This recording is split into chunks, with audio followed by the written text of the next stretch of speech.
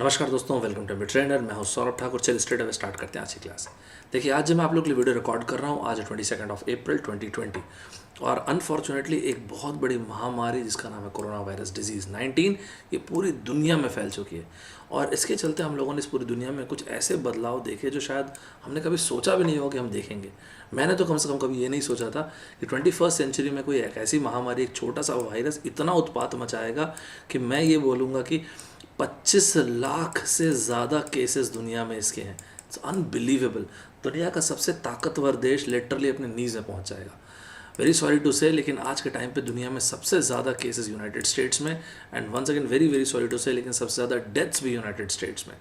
कभी मैंने ये नहीं सोचा था कि एक छोटा सा वायरस एक ऐसा आएगा जिसके कारण ग्रेजुअली दुनिया में शायद शिफ्टिंग ऑफ पावर आपको देखने को मिलेगी यूनाइटेड स्टेट्स से चाइना और रशिया की तरफ। इस वायरस के चलते एक और चीज़ जो आपको देखने को मिली होगी, क्योंकि दुनिया की तकरीबन 1/3 से आधी आबादी तो लॉकडाउन में। देखिए, आज की तारीख में दुनिया में तकरीबन सारे कॉन्टिनेंट्स अंटार्कटिका को छोड़ के, जिसके कारण ये इस वायरस से अफेक्टेड है। दुनिया में 80 से ज़्यादा कंट्री पूरी तरह से लॉकडाउन में, तो लोग तो बाहर ही नहीं निकल रहे हैं। जहाँ पे लॉकडाउन नहीं भी वहाँ पर भी लोग बाहर नहीं निकल रहे हैं, जिसके चलते पूरी दुनिया में कार्बन एमिशन सिग्निफिकेंटली डिक्रीज़ हुआ है। इसी तरह से अगर आप देखेंगे तो एक और ऐसा इवेंट हुआ जो once in a lifetime देखने को मिलता है, एक हिस्टोरिकल इवेंट। मैंने, आप देख सकते हैं बीबीसी का यहाँ पे कटआउट लगाया हुआ है। ये बीबीसी का कटआउट है, यहाँ पे लिखा हुआ है US oil prices turn negative. ये ग्राफ मैंने अपनी तरफ से लगा हुआ है, हेडिंग यहाँ पे ये थी। ना सिर्फ बीबीसी ने, दुनिया के टॉप न्यूज़ चैनल जैसे कि सीएनएन में भी देख लीजिए, सीएनएन बिजनेस ने भी, वीडियो को पॉज करके पढ़ लीजिएगा इसको, यहाँ पे लिखा है कि यूएस की ऑयल के पर बैरल कीमत $0 से नीचे चली गई। फाइनेंशियल टाइम्स ने भी कुछ इसी तरह की चीज़ लिखा है कि हिस्टोरिकली इवेंट हिस्ट्री में अपने आप में पहली बार देखने को मिला कि भाई पहली बार ऐसा हुआ है कि यूएस ऑयल प्राइस की कीमत 0 से नीचे चली गई। इसी तरह से यहाँ पे लिखा है US oil prices rebound but slips again into negative territory. Basically ये लोग जो बात करें डब्ल्यूटीआई का जो मे कॉन्ट्रैक्ट उसके बारे में बात करें, जो फाइनली फिर क्लोज हुआ था $37.63 नेगेटिव में। इतना नेगेटिव डॉलर में क्लोज हुआ था, ये अपने आप में अनबिलीवेबल है। इनफैक्ट बिजनेस टुडे में भी आपको देखेंगे तो ये देखिए, यहाँ पर भी इन्होंने दिया हुआ हेडिंग कि $0 पर बैरल के नीचे चले गए। ऐसे दुनिया ने सारे ज़्यादातर अखबार, अगर आप इंटरनेशनल जर्नल पढ़ना पसंद करते हैं तो आपको वॉल स्ट्रीट में फर्स्ट पेज में चीज़ मिल जाएगी। Oils prices skid and the may contract in negative territory. इस तरह की चीज़ आपको देखने के लिए डेफिनेटली मिलेगी। एक बात बताइए, क्या ये इस तरह का जो गिरता हुआ ट्रेंड है, आपको नहीं लगता एक ऑयल प्रोड्यूसर के लिए कितना डेवस्टेटिंग होगा, उसके कॉन्फिडेंस के लिए कितना डेवस्टेटिंग होगा? ये एक ऑयल प्रोड्यूसर के लिए निसंदेह बहुत ही डेवस्टेटिंग टाइम है। But at the same time जो ऑयल को जो वो कंट्रीज़ जो ऑयल इंपोर्ट करते हैं उनके लिए एक प्रोबेबली इनक्रेडिबल अपॉर्चुनिटी है। शायद ऐसा पता नहीं बोलना चाहिए कि नहीं, लेकिन once in a lifetime type की अपॉर्चुनिटी है। इसलिए यहाँ पे बीबीसी ने ये चीज़ हेडिंग यहाँ पे दिया हुआ है कि US oil prices turn negative as demand dries up. The Guardian में भी आप देखेंगे तो इस तरह की आपको हेडिंग मिलेगी। वीडियो को पॉज करके एक बार हेडिंग पढ़ लीजिएगा। और एक लाइव मिनट में भी आपको दिखेगा। लाइव मिनट में यहाँ पे हेडिंग इन्होंने काफ़ी इंटरेस्टिंग लिखा है। चलिए, मैं WTI मे कॉन्ट्रैक्ट थोड़ी देर में समझाता हूँ आपको। ये मैं समझ गया कि -$37.63 तक गिर गया, मैं ये समझ गया। ठीक है, WTI गिरा, मैं समझ गया। ये अचानक इन्होंने इंडिया को यहाँ पे कहाँ से बीच लिया है? स्ट्रैटेजी के बारे में क्या बात कर रहे हैं? Low crude prices offer strategic handles for India. ना सिर्फ ये, ऐसा क्यों? S&P ग्लोबल ने भी बोला कि ये बहुत ही बेहतरीन अपॉर्चुनिटी है स्टॉकपाइल करने के लिए ऑयल को, इंडिया और चाइना के लिए। और फिर ऐसा क्यों है कि कुछ और न्यूज़पेपर्स ने, जैसे कि बिजनेस टुडे ने, ये बोला कि शायद इंडिया इस चीज़ को नहीं कर पाए क्योंकि इंडिया के पास इतनी स्टोरेज कैपेसिटी नहीं है। Cheaper than water crude oil wasted on India, storage is to blame. इन सभी चीज़ों का मतलब क्या है? आज की क्लास खत्म होने के बाद मेरे ख्याल से आप इस पोजीशन पर रहेंगे कि आप इन सारी चीज़ों का मीनिंग समझ पाएंगे। तो आप, मेरे ख्याल से आपको अंदाज़ा हो गया होगा कि काफ़ी कुछ आज की क्लास में डिस्कस करने को है। चलिए स्ट्रेट अवे स्टार्ट करते हैं आज की क्लास। आज की क्लास का एजेंडा है US oil prices turn negative. ये आप देख सकते हैं, मैंने बीबीसी की हेडिंग रखा हुआ है। इसके पहले, आज की क्लास स्टार्ट करने के पहले, आप जहाँ पर भी वीडियो को देख रहे होंगे, आप YouTube channel better Saurabh Thakur में जा सकते हैं और इस तरह के बहुत सारे वीडियो से अपने बेनिफिट अवेल कर सकते हैं। आपको वीडियो अच्छा लगे तो शेयर करना बिल्कुल मत भूलिएगा, ज़रूर शेयर कीजिएगा। आपको अच्छा लगे तो लाइक कॉमेंट ज़रूर कीजिएगा, उससे हम लोग भी बहुत मोटिवेट होते हैं। सब्सक्राइब जरूर कीजिएगा, ये बेल आइकन प्रेस कर दीजिएगा। और एक बार वीडियो देखने के बाद आप Telegram channel Saurabh sir official में जाइएगा और इस पर्टिकुलर वीडियो का आप PDF ज़रूर डाउनलोड कर लीजिएगा, उससे आपको पढ़ने में आसानी होगी। जैसा मैंने आपको कहा कि इस कोरोना वायरस ने ऐसी ऐसी चीज़ें पूरी दुनिया में दिखा दी जो पता नहीं, मैंने तो कभी सोचा नहीं था कि मैं अपने लाइफ टाइम में इस तरह की चीज़ें देखूंगा। आज जब मैं वीडियो रिकॉर्ड कर रहा हूँ, unbelievable number, more than 25 lakh लोग जो है वो इस वायरस से इन्फेक्टेड हैं। मैं इस पर अलग से वीडियो बनाऊंगा। 25 लाख क्रॉस करना इट्स नॉट अ जोक, बहुत बहुत बड़ा नंबर है। It's very very very unfortunate. तो 25 लाख क्रॉस कर चुके हैं, इसको मैं अलग से वीडियो में आपको बताऊंगा। अनफॉर्चुनेटली दुनिया में 2.25 से ज़्यादा, 1,75,000 से ज़्यादा, I am really sorry to say, लेकिन डेथ्स हो चुकी हैं, इतने लोग नहीं रहे। हाँ, एक अच्छी चीज़ न्यूज़ आपको बताया था कि 7 लाख से ज़्यादा लोग रिकवर कर चुके हैं। इसके बारे में चर्चा किसी और वीडियो में करेंगे, आज का डिस्कशन ये नहीं है। आज का डिस्कशन है यूएस ऑयल प्राइसेस। देखिए यूएस ऑयल प्राइसेस यहाँ पे जो बार बार लिखा है ना, तो बेसिकली ऑयल प्राइसेस को दो तरह से मेजर करते हैं। पहला ब्रेंट और दूसरा बोलते हैं WTI, राइट। ब्रेंट जो है वो दुनिया के तकरीबन एक रॉ भाषा में बोलूँ तो यूएस के अलावा बाकी जगहों पे जो ऑयल हम लोग यूज़ करते हैं। और WTI मतलब यूएस का मेजर जो है। WTI मतलब होता है वेस्ट टेक्सास इंटरमीडिएट। इसलिए आप देखेंगे हर जगह जब यूएस ऑयल प्राइस बोला है, इसका मतलब है WTI के बारे में बात कर रहा है। अच्छा ठीक है, चलो WTI negative, turn negative as demand dries up. Okay fine, तो फिर हम लोग इस गार्जियन के न्यूज़ का भी हेडिंग का मीनिंग समझ चुके हैं। चलो ये भी समझ में आता है। अच्छा सर, ये जो इन्होंने बोला, ये देखिए आप ग्राफ भी देख सकते हैं, सोर्स यहाँ पे मैंने दिया हुआ है, investing.com, यहाँ से लिया मैंने। WTI में फ्यूचर कोलैप्स टू -$37 ऑलमोस्ट। देख सकते हैं आप, ये रहा जनवरी 2019, मतलब लास्ट ईयर का जनवरी। ऑयल की कीमत आपको यूएस की ऑयल WTI की बता रहा हूँ मैं, वहाँ पे आपको कीमत दिखेगी $40 से $50 पर बैरल। और इस ईयर जनवरी 2020 में आपको तकरीबन 60 के आसपास मिलेगी, जो आपको यहाँ पे दिखा -37.63 अभी 20th अप्रैल को, जिसको मैंने आपको क्या बताया, WTI मतलब वेस्ट टेक्सास इंटरमीडिएट, राइट। ठीक है, इसका मतलब अगर मैं सरल भाषा में, रॉ भाषा में आपको समझाऊँ, इसका मतलब तो ये है, ये रहे ऑयल के प्रोड्यूसर्स, ये रहे ऑयल के बायर्स।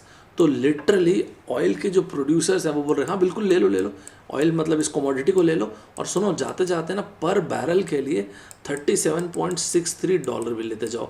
ये लो भाई, दोनों चीज़ ले लो। मतलब जो बायर है उसको वो तो ऑयल भी मुफ्त में मिल रहा है, उसके अलावा ये भी मिल रहा है कि हाँ ये लो, रखो, कोई दिक्कत की बात नहीं। यार ऐसा टाइप का सिनेरियो तो मैंने कभी सुना नहीं था। ये किस तरह का सिनेरियो क्रिएट हो गया यहाँ पे। देखिए अब आप समझिए इस चीज़ को। सबसे पहली चीज़, ऑयल दुनिया में कोई डाउट ही नहीं है कि इस कोरोना वायरस ने, इस बड़े पेंडेमिक ने पूरी दुनिया में ऑयल के डिमांड को तकरीबन ख़त्म करके रख दिया। ख़त्म मैं इसलिए बोल सकता हूँ क्योंकि देखिए आज जब मैं वीडियो रिकॉर्ड कर रहा हूँ, ये अप्रैल, आपको मैं पहले बताया था, अप्रैल 2020 है, और पर डे आज, चलो लास्ट ईयर से कंपेयर कर लेते हैं, काम करते हैं, तब आपको ज़्यादा अच्छा लगेगा। 2019 में पर डे तकरीबन almost 100 million barrel per day use होता था। आप बिलीव नहीं करेंगे अगर मैं आपको बोलूँगा तो 2020 में almost 27 million barrel per day use होता है। तो एक रॉ एस्टिमेट अगर देखेंगे तो 75% का डिक्रीमेंट स्वाभाविक है यार, दिखना हो तो। क्या एयरलाइंस मतलब एयरक्राफ्ट चल रहे हैं क्या? नहीं चल रहे, कहाँ से चलेंगे भाई? आप ट्रैवल कर रहे हो क्या? जब चल ही नहीं रहे तो कहाँ से ट्रैवल करेंगे? ट्रेन्स भी नहीं चल रहे, कार्स भी नहीं चल रहे हैं, शिपिंग कंपनीज भी मतलब शिप्स भी नहीं चल रहे हैं, ट्रक्स भी नहीं चल रहे हैं, मैन्युफैक्चरिंग हो रहा है क्या? कोई प्रोडक्शन नहीं हो रहा है, कहाँ से यूज़ होगा ऑयल बताइए आप। चलिए, तो मैं ये पहली चीज़ समझ के, ध्यान से सुनिएगा, तो मैं पहली चीज़ ये समझा कि जो आप ये बोल रहे हो ना कि बुरी तरह से जो अच्छा, ये एक और ग्राफ है, काफ़ी अच्छा क्लियर ग्राफ, ये भी आप देख लीजिएगा। इसमें इस गिरने में दो प्राइम रीज़न है। तो पहला रीज़न तो मैंने आपको डिमांड समझाया कि डिमांड पूरी दुनिया में बहुत तेज़ी से गिरी है, नो डाउट अबाउट इट। पहली चीज़ सुनते जाएगा ध्यान से। इसके अलावा भी एक और चीज़ है इस डिमांड के गिरने के। अच्छा, ये जो नंबर आप देख रहे हैं हर जगह जो लिखा हुआ है कि हिस्टोरिक लो, ऐसा कभी देखा नहीं है हिस्टोरिक। मेरे ख्याल से इसका मतलब ये है कि देखो एक्चुअली BP ने मेरे ख्याल से 1861 से रिकॉर्ड रखना शुरू किया था, उस वक्त से लेके आज तक कभी ऐसा नंबर तो देखने को नहीं मिला। हाँ, एक बात मैं ज़रूर बोलूँगा, इससे ना ये जो फिज़िकल ऑयल मार्केट है, इसका लॉजिस्टिक लिमिट भी समझ में आ रहा है भाई कि हाँ लॉजिस्टिक लिमिट है भाई इसका, ऐसा नहीं है। ये देखिए आप, न्यूयॉर्क टाइम्स ने the oil is running out of places to store its oil. अब ये क्या चक्कर है? तो पहली चीज़ तो हमें ये समझ में आ गया कि डिमांड का कम होना। अब दूसरी चीज़ समझिए, देखिए डिमांड का कम होना ये तो पहली चीज़ हो गया। अब इसके बाद अगर ऑयल कंपनीज जो है, जो प्रोड्यूसर से चलो ऑयल ख़रीदा, अब क्या करेंगे? ऑयल ख़रीदा तो आप या तो बेचोगे, तो डिमांड तो है ही नहीं, मतलब ऑलमोस्ट नहीं के बराबर है। अच्छा नहीं है तो फिर आप सेव करके रखोगे। सेव करने के लिए जो बड़े बड़े ये डब्बे होते हैं, इसको वैसे अच्छी भाषा में बोलते हैं SPRs, स्ट्रैटेजिक पेट्रोलियम रिजर्व्स बोलते हैं, ठीक है। तो इसको आप रेंट करोगे, यही तो करोगे ना, और तो क्या ही करोगे, ठीक है। लेकिन आप ये कब करोगे, आप मुझे बताओ। इसके लिए यार स्पेस भी तो होना चाहिए ना। अगर मैं आपको ये बताऊँ, एक सिंपल भाषा में बोलता हूँ आपको, ओक्लाहोमा में जो कशिंग है, जो कशिंग जो ओक्लाहोमा में है, समझ लो वहाँ पे US की बात कर रहे हैं, हम तो WTI के बारे में बात कर रहे हैं, ये मत भूलिए कि हम US के कॉन्टेक्स्ट में बात कर रहे हैं। तो जो प्राइवेट जो प्लेयर्स हैं वो लोग बेसिकली ओक्लाहोमा में सेव करते हैं इस ऑयल को। तो समझ लो ऐसे 10 डब्बे हैं, ठीक है, एक समझाने के लिए। इन 10 डब्बों में से अगर मैं ये बोलूँ 7 डब्बों में ऑलरेडी ऑयल है, तो आप बोलोगे ना भाई 70% तो ऑलरेडी फिल्ड है, तो 3 ही तो डब्बे बचेंगे भाई। तो आप ऑयल अगर इकट्ठा कर करके रखोगे तो जगह कहाँ बचेगी 3 डब्बों के बाद, कहाँ रखोगे भाई ऑयल को। तो सर आप ये कह रहे हैं कि ये जो न्यूयॉर्क टाइम्स का यहाँ पे हेडिंग लिखा है, इसका मतलब ये है कि स्टोरेज कैपेसिटी भी कम हो गई है। Of course storage capacity definitely come हुई है। तो ये दो पहली चीज़ अभी तक तो मेरे ख्याल आपको समझ में आया होगा कि सबसे पहले डिमांड का गिरना, दूसरी चीज़ स्टोरेज कैपेसिटी ही नहीं है, नहीं बोलूँगा, ऑलमोस्ट देखो क्या जितनी भी कैपेसिटी थी उसका 72% तो ऑलरेडी फिल्ड है। तो बचता कितना, तकरीबन 28 से 30% ही बचता है। वो जो ओक्लाहोमा में जो कैपेसिटी है वो अगले मेरे ख्याल से 10 से 20 दिन में वो भी फुलफिल हो जाएगी। कहाँ रखोगे भाई फिर ऑयल को। और ये इतना जो खतरनाक नेगेटिव सेंटिमेंट क्रिएट हुआ उसके कारण ही गिरा है। तो मेरे ख्याल आपको ये 2 पॉइंट समझ में आया होगा। तो मैं आपको WTI की गिरने का मतलब समझा दिया। अब मैं मेरे समझाने का काम है फ्यूचर, ये क्या मे फ्यूचर क्या है, थोड़ा सा कमोडिटी मार्केट में फ्यूचर मार्केट को ज़रा समझाता हूँ, ठीक है। चलो ये समझ लो, एक सिंपल भाषा में रखते हैं, कोई इसमें ज़्यादा है तो नहीं, सिंपल एकदम, let's keep it very very simple. जैसे मान लो मेरे पास कोई भी कमोडिटी, ऑयल शॉयल जो लेना ले लो, कुछ भी ले लो आप। मान लो मैं उसको बेच रहा हूँ, मतलब मान लेते हैं मेरी कॉस्टिंग है $50 की, ठीक है। ये मैं हूँ, मैंने यहाँ पे लिख दिया सौरभ के लिए मैंने लिख दिया यहाँ पे S। आप मान लेते हैं मैं आपको बेच रहा हूँ, ठीक है। आपका नाम मैंने लिख दिया A, कुछ भी नाम लिख लो, अंशुल, आयुष्मान, जो लिखना आप लिख लो। अब मैंने आपको बोला यार आयुष्मान ऐसा है कि मैं आपको ना ये, चलो एक काम करते हैं कि 6 महीने के बाद आप मुझसे $80 पर बैरल ऑयल ले लेते, चलो ठीक है, ऑयल में ख़रीद लो आप, $80 पर बैरल में ऑयल ख़रीद लो, ठीक है।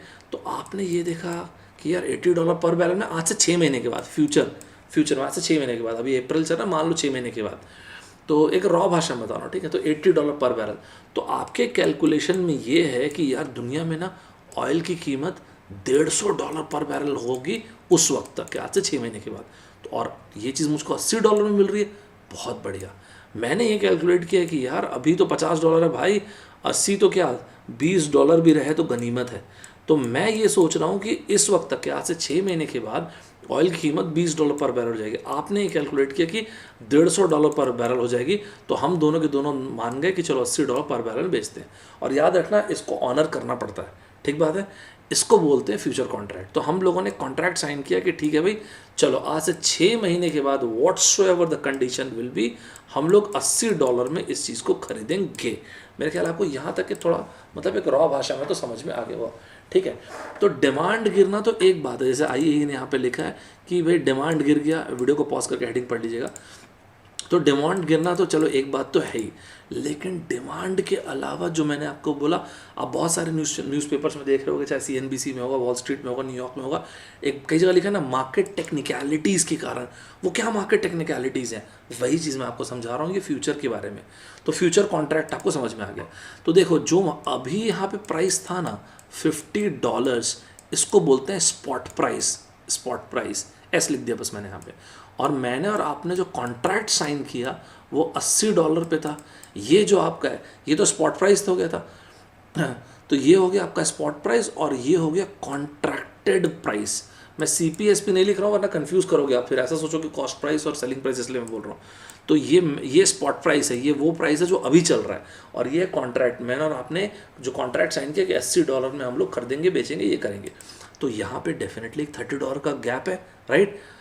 यही होता है फ्यूचर कॉन्ट्रैक्ट। और अभी जो था वो ये था कि जो मे का फ्यूचर कॉन्ट्रैक्ट है, ध्यान से सुनना, जो मे का फ्यूचर कॉन्ट्रैक्ट था वो 21 अप्रैल को एक्सपायर हो रहा था। सर इसका मतलब क्या है, एक्सपायर हो जाता तो क्या होता। देखो अगर 21 अप्रैल को जब एक्सपायर हो रहा है तो आपके पास दो ऑप्शन बचता है। पहली चीज़ क्या करो, पहली चीज़ ये करो, अगर अच्छा बाय द वे अगर आप इसको नहीं सेल आउट करें तो क्या होता, तो ये होता कि आपको ऑयल की फिजिकल डिलीवरी मिलती। कहाँ रखोगे भाई, सप्लाई जगह ही नहीं है ना। मैंने तो आपको बताया ना, जो कशिंग में ओक्लाहोमा में 72% तो ऑलरेडी ऑक्यूपाइड है, कहाँ रखोगे ऑयल को, जगह ही नहीं है। तो फिर सेकेंड पॉइंट, अच्छा तो रोल ओवर कर दो। तो रोल ओवर करने के लिए मार्केट में पॉजिटिव सेंटिमेंट भी तो होना चाहिए ऑयल का।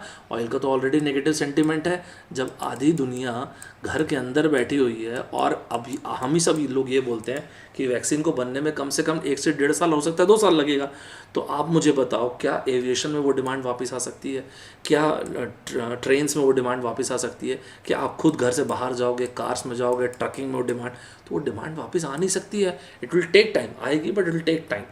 तो मैंने आपको क्या बताया, 21 अप्रैल को थी इसकी एक्सपायरी, और 21 अप्रैल को अगर एक्सपायरी थी किसकी, मे की, मे वाले की जो एक्सपायरी थी वो WTI जो मे फ्यूचर था उसकी एक्सपायरी थी 21 अप्रैल को।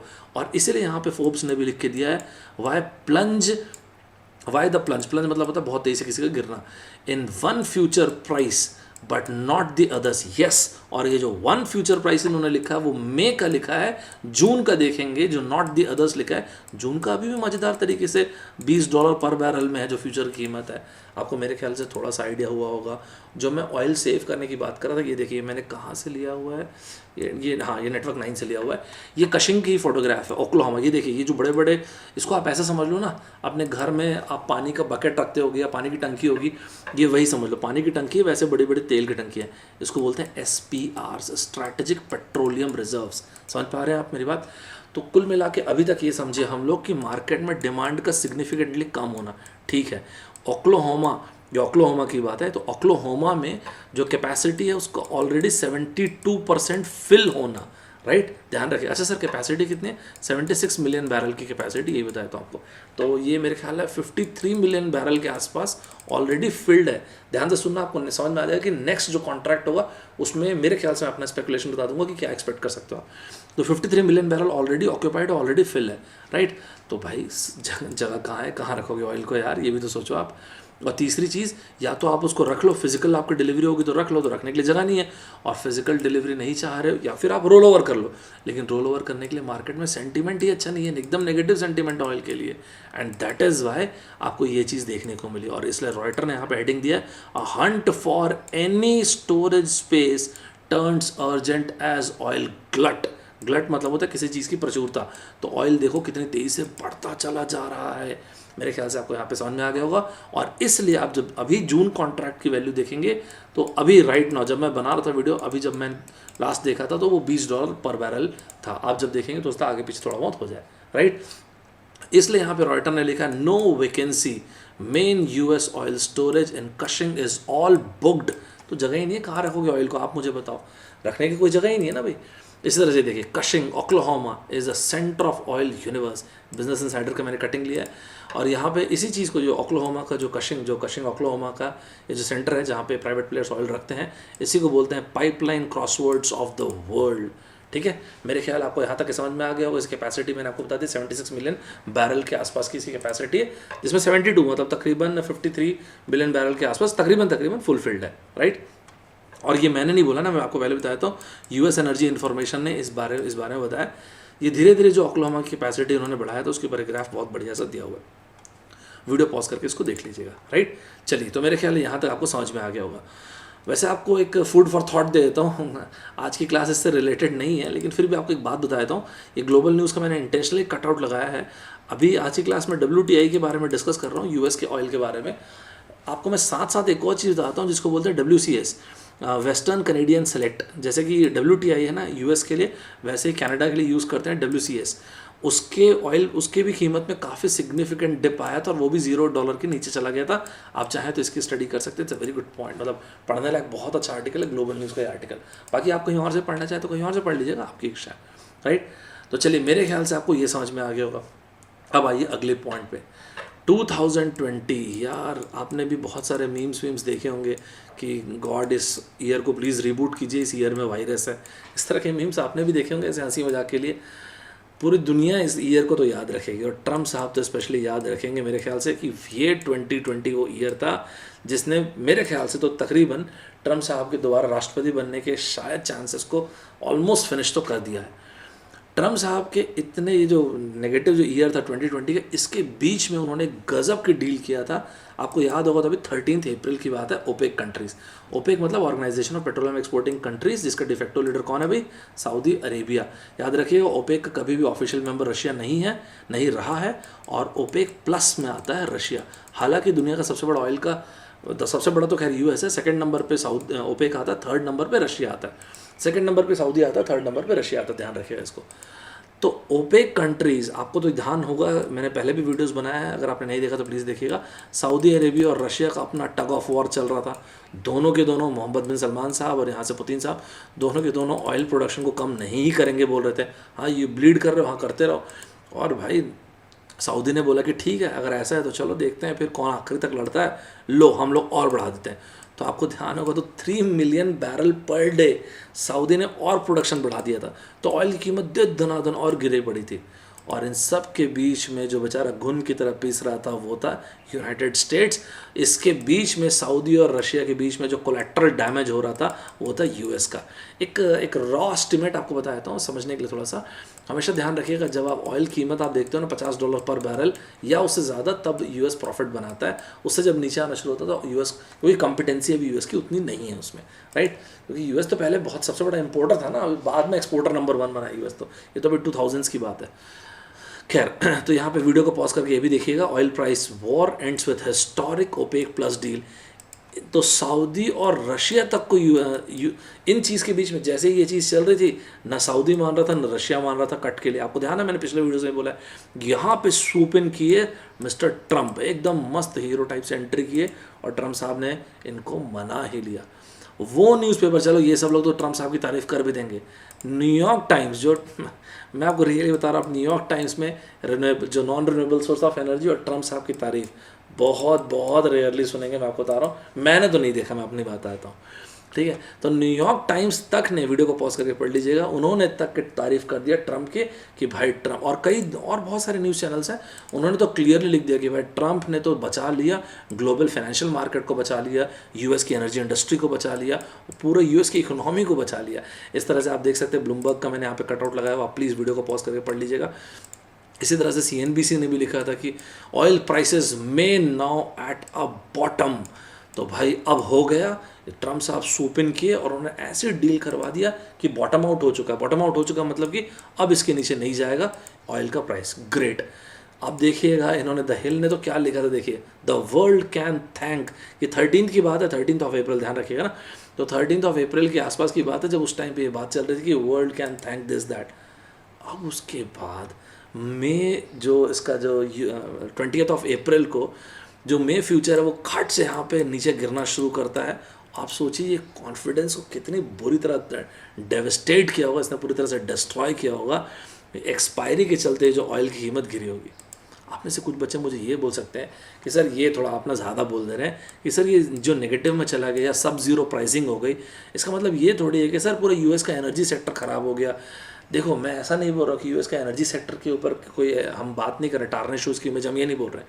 लेकिन होता क्या है कि जब कोई कमोडिटी यार जब ज़ीरो के नीचे चली जाती है ना, ध्यान से सुनना चीज़ों को, जब ज़ीरो के नीचे चली जाती है ना, तो होता क्या है कि ऑयल को ना बहुत ही सेफ़ इन्वेस्टमेंट कंसिडर किया जाता था।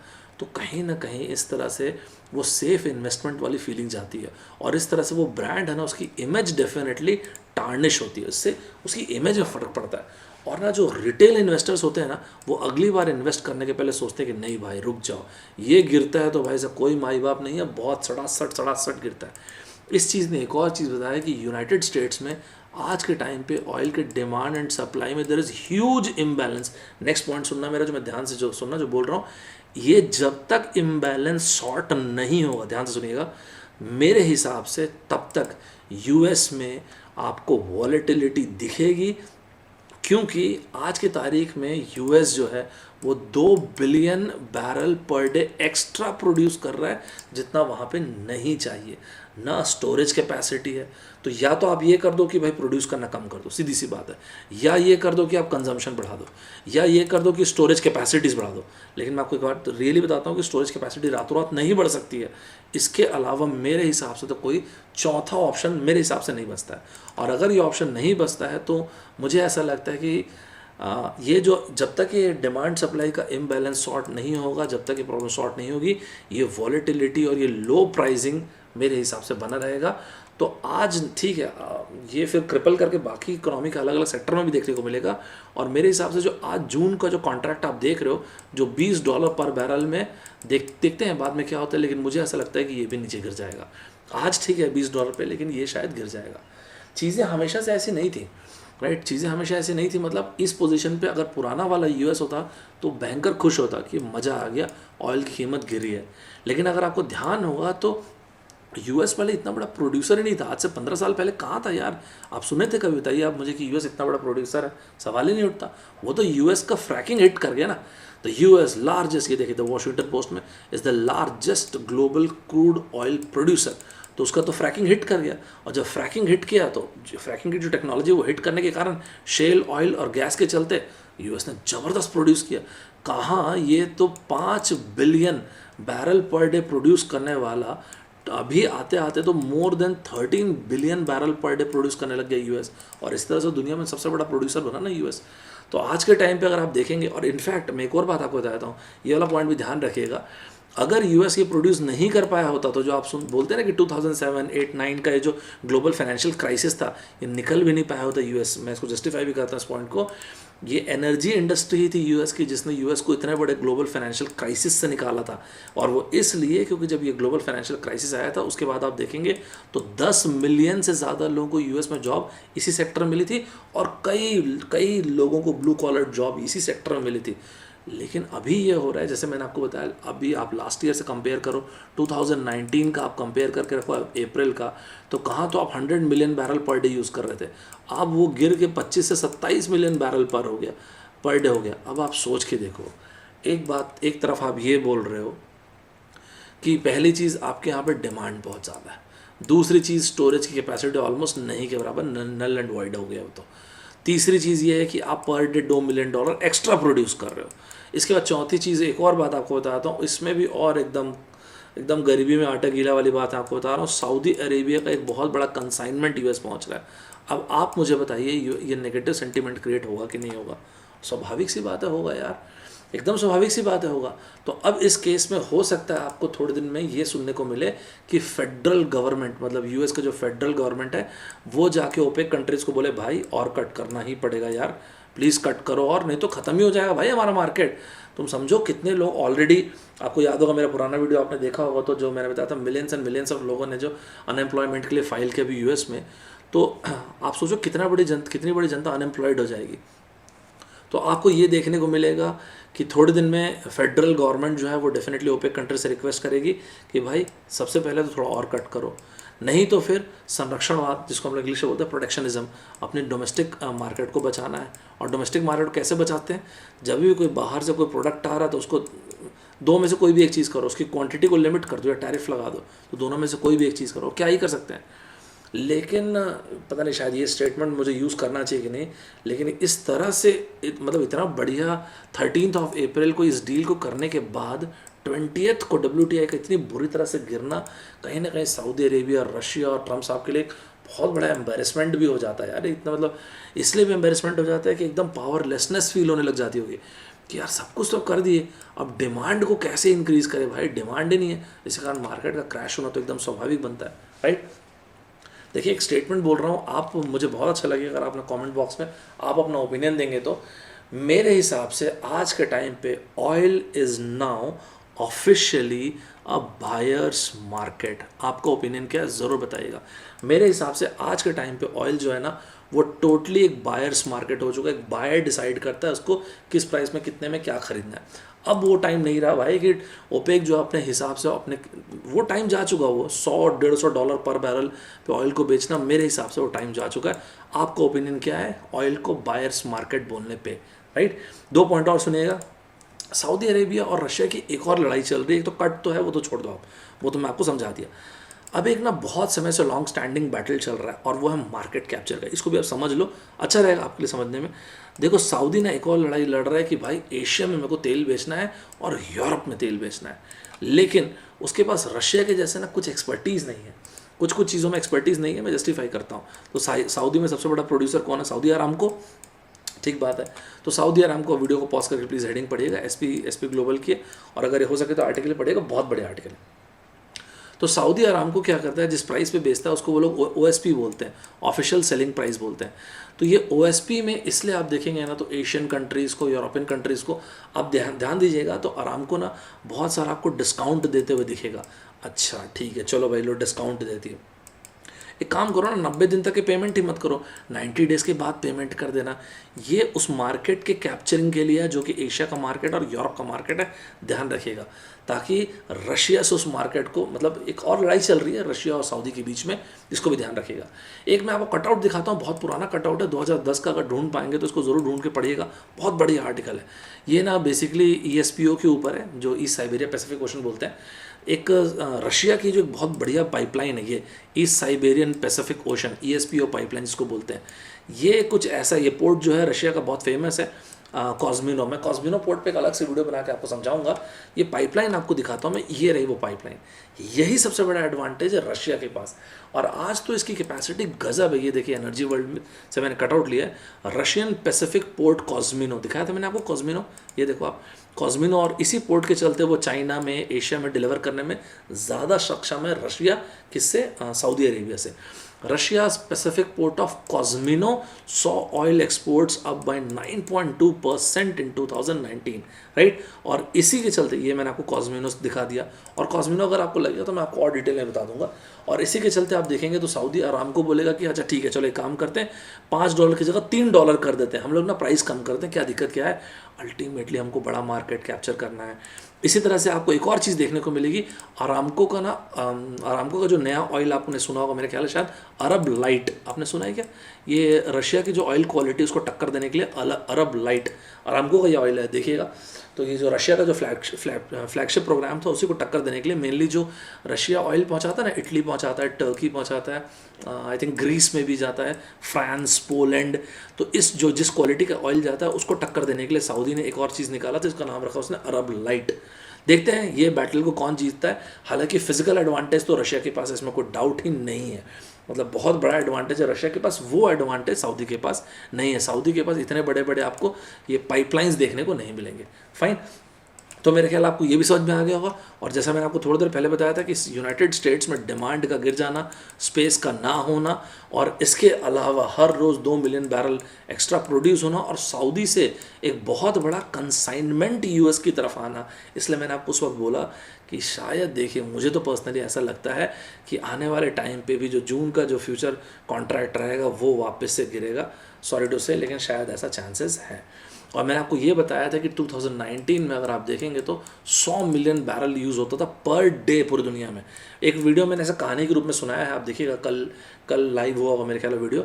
और आज के टाइम पे 25 से 27 मिलियन बैरल, अप्रैल का डेटा बता रहा हूँ आपको मैं, अप्रैल का YOY डेटा बता रहा हूँ आपको। अब देखिए इन सभी चीज़ों के बीच में जो दो सबसे बड़ा कंज्यूमर हम लोग, देखिए एशिया और एशिया में साउथ एशिया, एक सिंपल सा फंडा ये होता है कि जब भी ऑयल कीमत गिरती है साउथ एशियन कंट्रीज़ को बहुत अच्छा लगता है सुन के, क्योंकि हमारा जो है जो हमारे ट्रांसपोर्टेशन है बहुत एक्सपेंसिव हो जाता है, जिसके कारण ऑपरेशनल कॉस्ट बढ़ जाता है, सीधी सी बात है हमारा। तो अगर हमारा ऑपरेशनल कॉस्ट बढ़ जाता है तो बेहतरीन है। एक मैं वैसे टर्म आपको बताता हूँ, एक वर्ड है ऑयल के लिए आजकल, आप बहुत सारे न्यूज़पेपर्स अगर आप पढ़ेंगे, इंटरनेशनल न्यूज़पेपर, तो उसमें आपको मिलेगा कॉन्टैंगो, ऐसा एक्सक्लेमेशन मार्क नहीं है, मैंने ऐसे लिख दिया कॉन्टैंगो। कॉन्टैंगो का मतलब होता है कि करंट प्राइसिंग सिचुएशन जो है इस इंडस्ट्री की अच्छी नहीं है, लेकिन हाँ हो सकता है कि आज इसकी प्राइस नीचे है, लेकिन पक्का ही है ना आने वाले टाइम पे उठेगा, इसलिए ऑयल के लिए वर्ड यूज़ किया था। ध्यान रखिएगा इस वर्ड को, कभी किसी एग्जाम में पूछा है तो कॉन्टैंगो बोलते हैं उस चीज़ को, ठीक है। अब जैसे मैं आपको बता रहा था कि चाइना और इंडिया के बारे में, अब देखिए जहाँ तक अपन आते हैं चाइना और इंडिया के बारे में, तो वो देश जिसने ये, जहाँ से इस वायरस की शुरुआत हुई, चाइना की हुबई प्रोविंस हुई, वुहान शहर से। देखते हैं धीरे धीरे over a period of time जब चाइना से पूरा डेटा निकल के आएगा तो चीज़ें समझ में आएंगी, चाइना में कितने लोग इन्फेक्टेड हैं, क्या है क्या नहीं। अभी तो चाइना 80,000 ही बोलता है, उसके आसपास ही बोलता है, ठीक है, जैसा भी है। तो चाइना ने ये देख लिया था कि भाई आने वाले टाइम में ऑयल की कीमत पूरी दुनिया में, अब मैं पूरी दुनिया के ऑयल के बारे में बात कर रहा हूँ, ठीक है, WTI ब्रेंट सब, पूरी दुनिया में ऑयल की डिमांड जो है बहुत सिग्निफिकेंटली गिरेगी, तो ऑयल की कीमत जो है, क्योंकि डिमांड ही नहीं रहेगी मार्केट में, तो ऑयल की कीमत जो है बहुत तेज़ गिरेगी, क्योंकि सप्लाई मार्केट में ज़्यादा रहेगी। तो ऑयल चाइना ने अपने स्टोरेज कैपेसिटी को बढ़ाना शुरू किया, और थोड़ा मोड़ा नहीं बढ़ाना शुरू किया, बढ़ाते बढ़ाते बढ़ाते बढ़ाते उसने आज डबल कर दिया अपने ऑयल कैपेसिटी को। ये देखिए रॉयटर का यहाँ पे कटआउट है, China doubled crude oil storage inflow. तो ये चीज़ को चाइना ने तो डबल कर लिया over a period of time. याद रखिएगा हम लोग उस देश के बारे में बात करें जो जहाँ से वायरस की शुरुआत हुई, जहाँ पे एक तरफ वो डोमेस्टिक लेवल पे अपने एक वायरस की लड़ाई लड़ ही रहा है पैरेलल में, उसके बावजूद तो कितने से बढ़ा दिया सर उसने अभी, तकरीबन 2 मिलियन बैरल पर डे के हिसाब से उसने बढ़ा दिया। ये मैं वैसे ज़्यादा न्यूज़ चैनल्स देखता नहीं, मैं पढ़ना प्रेफर करता हूँ, लेकिन मुझे ABP, मैं घर पे था तो ये अच्छा आ रहा था कुछ, तो मैंने कटआउट ले लिया आपके लिए, मुझे अच्छा लगा देख के। देखिएगा तो अमेरिका का तेल निगल रहा है, चीन का फ़ायदा, ठीक है, इस तरह की हेडिंग तो हिंदी न्यूज़ चैनल्स में रहती है, लेकिन इस चीज़ के लिए मैंने नहीं रखा, मैंने इस चीज़ के लिए रखा है। चीन दुनिया का सबसे बड़ा तेल का आयातक, मतलब सबसे बड़ा तेल का इम्पोर्टर है। चीन ने तेल की खरीदी बढ़ा दी, ये मैंने आपको बताया, डबल कर दिया अपने, इसलिए बढ़ा दिया क्योंकि उसने अपने स्टोरेज को डबल कर दिया, यहाँ पे नहीं लिखा हुआ है। चीन अपने तेल, हाँ ये तेल भंडारों को भर रहा है और उसने तेल भंडारों को बढ़ा भी दिया। और ना सिर्फ ये, क्या स्ट्रैटेजिकली चीज़ें कर रहा है चीन, देखिए आप, सऊदी अरेबिया से उसने अपना आयात मतलब इंपोर्ट 26% बढ़ा दिया। इसके अलावा रशिया से उसने 11%। वैसे मैं आपको कभी बीच में रशिया और चीन जो पिछले कुछ सालों में बहुत क्लोज आ गए, उसके बारे में एक आध डिस्कशन करूँ, आपको बहुत मजा आएगा उसमें। इसलिए मैंने आपको बोला gradually shifting of power from US to China और रशिया। चीन का भंडारण क्षमता, मतलब वो स्टोरेज, SPR के बारे में बात करें, storage petroleum reserve, special petroleum reserve के बारे में 115 करोड़ बैरल है। तो यार ये तो गजब है कि चाइना ने डबल कर दिया। तब फिर एक काम करता है, अपन इंडिया के बारे में भी पढ़ लेते हैं, इंडिया में भी ऐसा हुआ होगा। तो अब आ जाते हैं कि low crude prices offer a strategic handle for India. तो इंडिया के पास भी इतना SPR होना चाहिए। देखिए हम लोग दुनिया के तीसरे सबसे बड़े ऑयल के इम्पोर्टर हैं, हम लोग जो है, इंडिया जो है, राइट। अभी हमारे पास जो SPRs में, हमारे स्ट्रैटेजिक पेट्रोलियम रिजर्व्स में, चाहे वो मैंगलोर ले लो, चाहे वो पदुर ले लो, चाहे वो विशाखापट्टनम ले लो, ये तीन, ध्यान रखिए कभी किसी एग्जाम पूछा है तो विशाखापट्टनम, मैंगलोर, पदुर, तो ये तीनों जगहों पे हमारे SPRs हैं। इन तीनों जगहों पे मिलाएंगे तो हमारे पास तकरीबन ना 9.5 दिन तक के हम लोग आराम से चल सकते हैं। और इसके अलावा हमारे यहाँ पे जो ऑयल कंपनीज़ हैं उनके पास तकरीबन मेरे ख्याल है 65.5 डेज़ के आसपास का ऑयल है। तो तकरीबन 74 to 75 डेज़ के हमारे पास ऑयल रहता है, ठीक है। कभी कोई एडवर्स कंडीशन आएगी तो ध्यान रखिएगा इस बात को।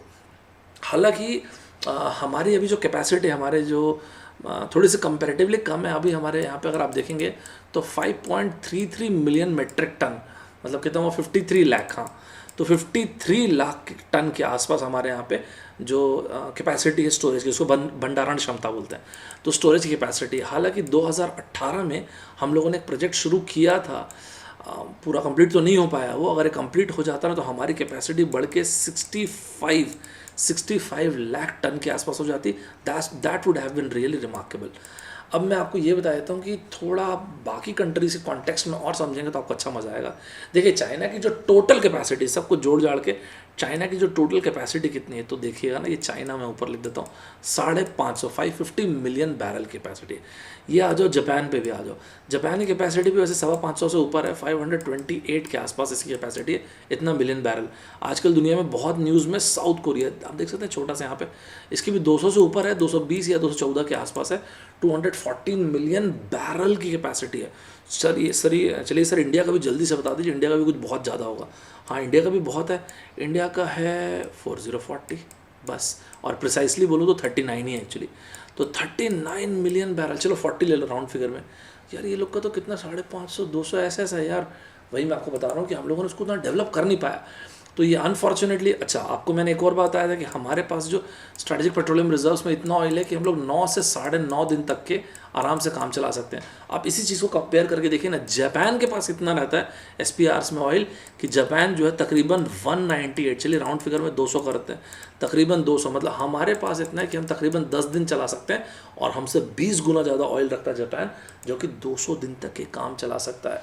तो हम उम्मीद करते हैं कि हम लोग ग्रेजुअली अपने SPRs को डेवलप करेंगे, और इस तरह के जो एकदम गोल्डन अपॉर्चुनिटी मिलती है ना, ये नेक्स्ट टाइम से हमारे से मिस ना हो, राइट। तो मेरे ख्याल से मैंने आपको काफ़ी कुछ डिस्कशन में आज आपको समझा दिया। तो ना सिर्फ ये टॉपिक, आपको बहुत सारी चीज़ और भी क्लियर हुई होगी पूरी दुनिया के बारे में। तो ये था हमारा आज का topic, US oil prices turn negative. तो मेरे ख्याल से आपको आज टॉपिक क्लियरली समझ में आ गया होगा। ये बीबीसी की हेडिंग, द गार्जियन की हेडिंग, सब कुछ समझ में आ गई होगी। अपना ओपिनियन ज़रूर दीजिएगा, मुझे कमेंट बॉक्स में बताइएगा आपका व्यू क्या है। अगर आपको अच्छा लगा होगा तो ज़रूर लाइक कीजिएगा, शेयर ज़रूर कीजिएगा अपने दोस्तों के साथ, कमेंट ज़रूर कीजिएगा। आप लोग कमेंट पढ़ के बहुत मज़ा आता है और वो बहुत इंस्पायरिंग भी होता है, फ्रैंकली स्पीकिंग। फाइन, तो ये थी हमारी आज की क्लास। तो मैं सौरभ ठाकुर आप सभी लोगों से विदा लेता हूँ। एक बैच हमारा 28 को स्टार्ट हो चुका है। एक आपको बता देता हूँ, ऑनलाइन का जो बैच है 27 को अगला बैच स्टार्ट होगा, 27 अप्रैल। डिटेल्स के लिए आप ऑफिस के नंबर पर कॉल कर लीजिएगा। तो मिलते हैं नेक्स्ट क्लास में। मैं सौरभ ठाकुर आप सभी लोगों से विदा लेता हूँ। नेक्स्ट टाइम फिर से मिलते हैं। Bye bye everybody, take care.